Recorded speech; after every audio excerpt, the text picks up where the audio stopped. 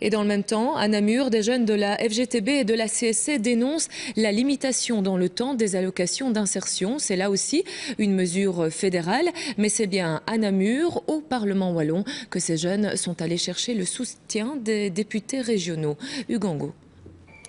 Des jeunes en colère. Ils sont étudiants ou jeunes demandeurs d'emploi et ils se sentent directement visés par les mesures prises par le gouvernement fédéral. Faute de trouver un job, ils craignent dès 25 ans de ne plus recevoir aucune aide. Une mesure clairement antisociale selon eux. Le gouvernement fédéral a abaissé l'âge maximum des allocations d'insertion à 25 ans.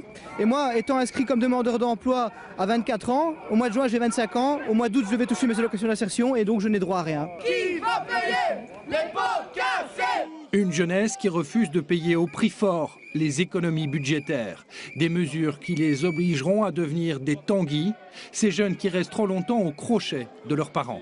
À la fin de mes études, je ne vais pas pouvoir bénéficier de ces allocations. Pour me lancer dans un travail, au final, ça va être très dur, je vais de nouveau être dépendant de mes parents.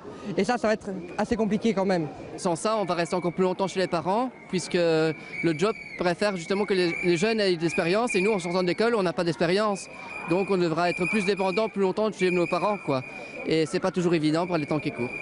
Selon les syndicats, 10 000 jeunes par an pourraient être concernés par cette mesure. Une mesure anti-jeunes selon eux.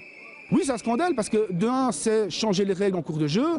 De deux, c'est donner un signal à la jeunesse qui est très mauvais parce que c'est leur dire vous faites des études plus longues, vous avez eu un accident de parcours pendant vos études, et bon, on vous pénalise par rapport à ça. Une partie de la jeunesse pénalisée.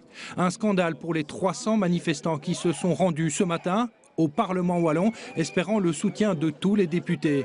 Ils porteront ensuite leur message au ministre fédéral de l'Emploi, à Bruxelles cette fois.